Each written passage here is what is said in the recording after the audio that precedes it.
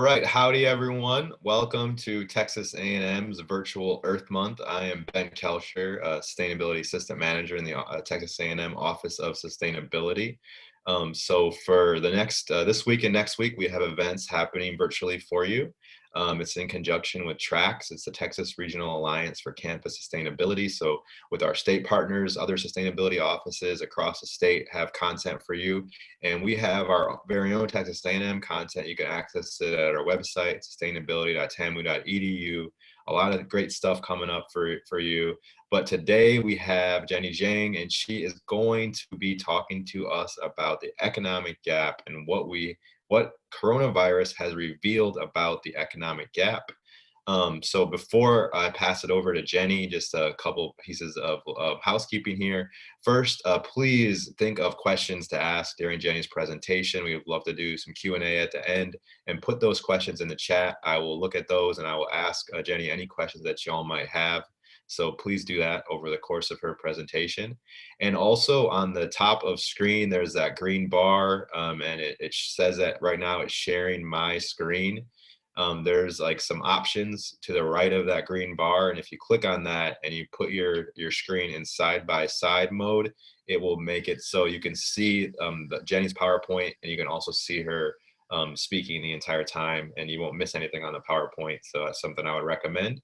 So without further ado, I'm going to pass it over to Jenny, and she is going to share her screen and she is going to take it away. So Jenny, whenever you're ready.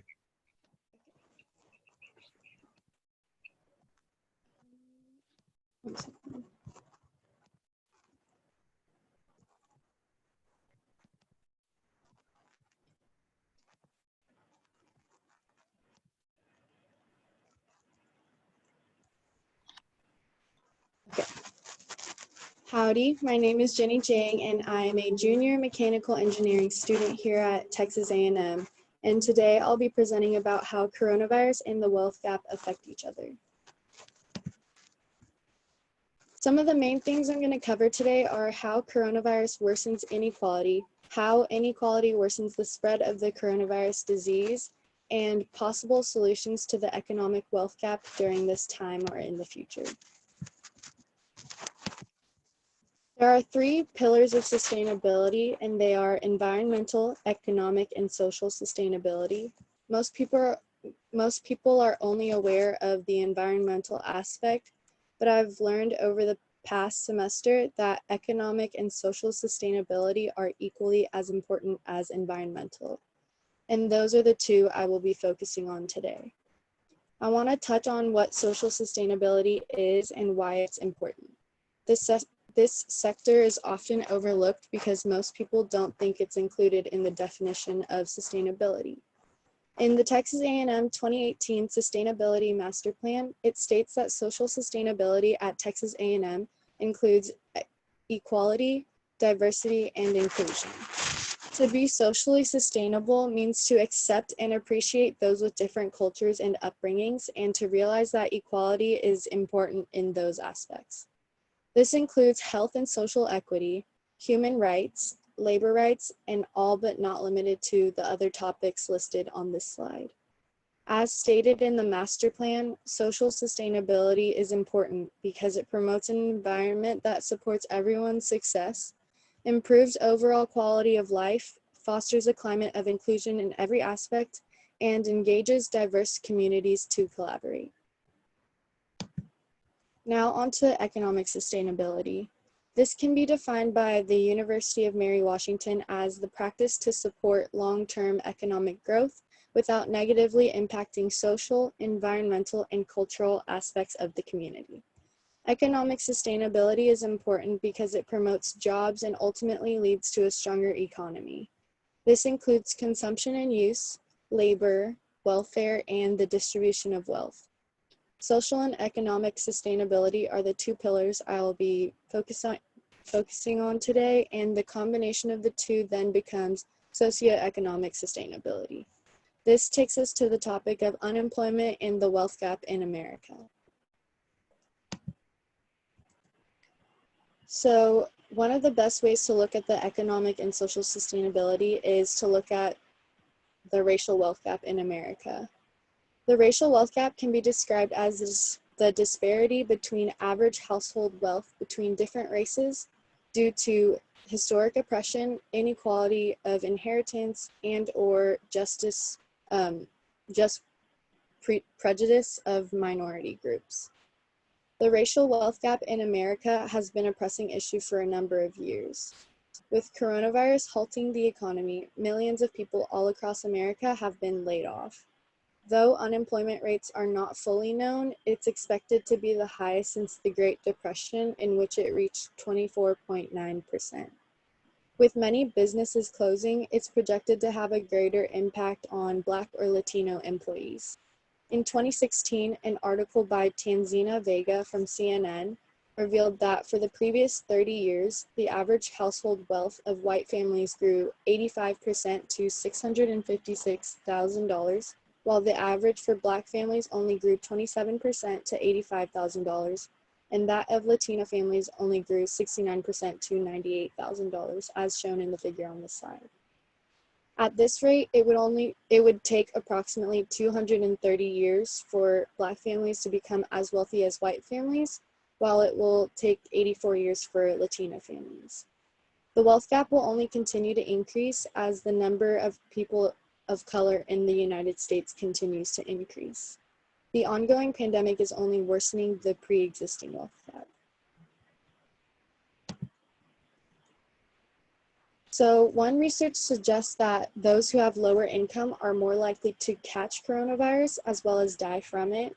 State-mandated sick policies reduced the spread of the 1918 influenza by almost 40%, but most states don't have those policies in place. Only 47% of the bottom quarter of income in the United States is provided with paid sick leave from work. While many jobs have been moved to remote work, many people with lower income don't have jobs that are considered necessarily essential. About 9.9 million people in America filed for unemployment this year between March 16th and March 29th.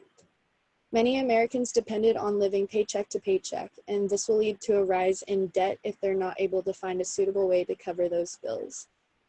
Many are trying to go back out there and look for jobs, but with company layoffs increasing, it's going to be hard for anyone to find a new job during this crisis.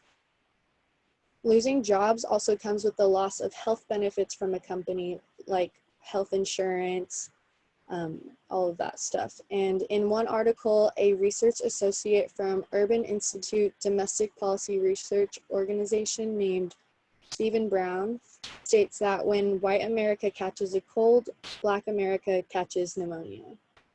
Research shows that Black, Latino, and Native Americans tend to have more underlying health conditions, which means they're more susceptible to suffering from serious health effects of the coronavirus disease. These underlying health conditions are a result of structural racism in which people of color face challenges when trying to get quality housing, healthcare, employment, and education.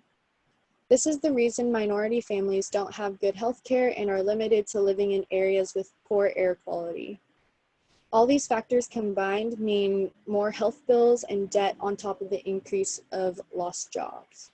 The racial wealth gap continues to widen as more low-income families are affected by this disease. Though coronavirus affects both wealthy and poor Americans, the wealthier people in America will be better off in this crisis because they will be able to afford the necessary resources, while people who are already living paycheck to paycheck will struggle to get crucial and basic resources. While many wealthy families have stocked up on supplies, lower income families aren't able to do the same, and the wealth gap continues to widen during this pandemic, and it's detrimental to the economic sustainability of America.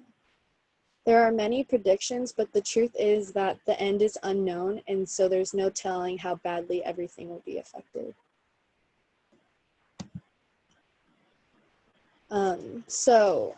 Research from the 1918 influenza pandemic revealed that in an epidemic, poverty and inequality can increase the rates of transmission and mortality.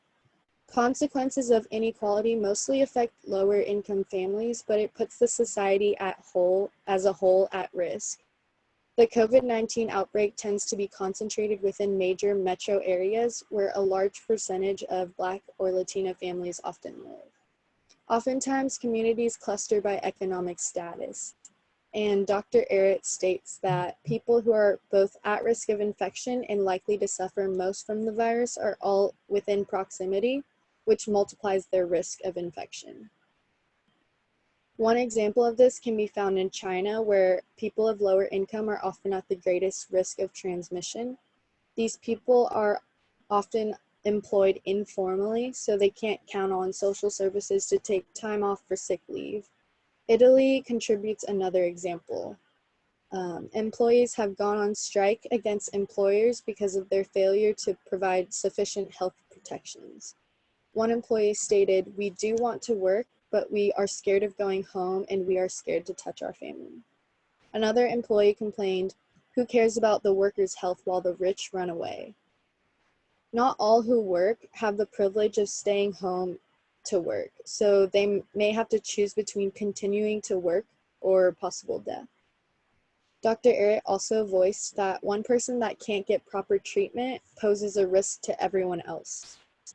Low income is associated with higher rates of chronic health conditions such as diabetes, heart disease, and etc.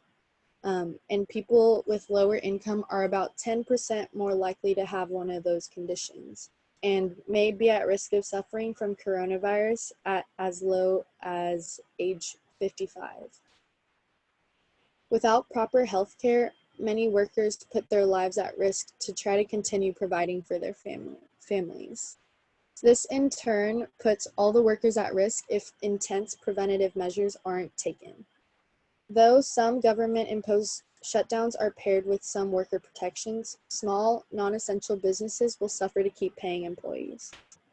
So by now you may realize how closely related the spread of coronavirus and the issue of inequality are. Some have even called it a pandemic inequality positive feedback loop. So outcomes and solutions. Possible outcomes include heightened inequality for a period of time after the pandemic settles down. Hopefully, people will start thinking of America from a different perspective in terms of universal insurance and sick leave for all. Remote work is the only thing helping while Americans are all under lockdown, but not all are fortunate enough to work remotely. People that aren't able to work remotely will suffer the most if they don't have paid sick leave or if their company decides not to keep paying their employees during this pandemic. More value needs to be distributed to the workers rather than the top of the company. Some solutions to this widening economic gap are to ensure reasonable access to medical care and ensure paid sick leave for workers across the nation. Another solution is to increase access to capital for minority businesses. A temporary solution would be to waive all late payments for credit card, auto loans, and other types of payments until the majority of people are able to recover. And to avoid an increase in the homeless population, housing evictions and home foreclosures should be halted for the time being. There should be a rent freeze and for housing and businesses, and although the government has been giving out stimulus checks, the government needs to get even more money to regular people rather than corporations. Everyone needs to be understanding of others, no matter their socioeconomic status, especially during these times. This next slide is a list of sources that I used for this presentation. And with that, I'll open the floor for questions.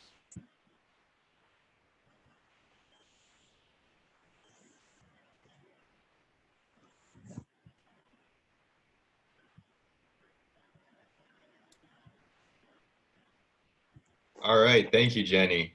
Great job. That was very informative. Definitely more of a deep dive into the racial and the economic gap and what we've seen and how that's been revealed thanks to COVID-19.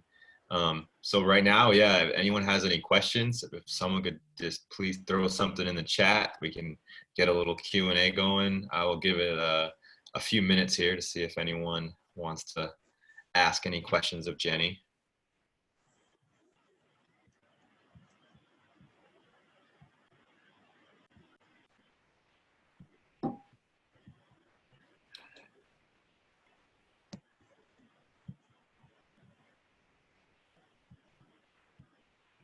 Jenny, what was anything like that you learned over the course of your research or your presentation where maybe surprised you or anything like that?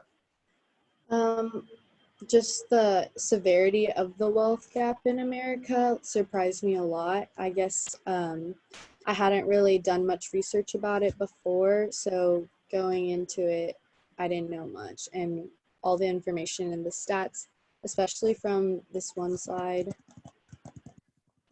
this one like really shocked me.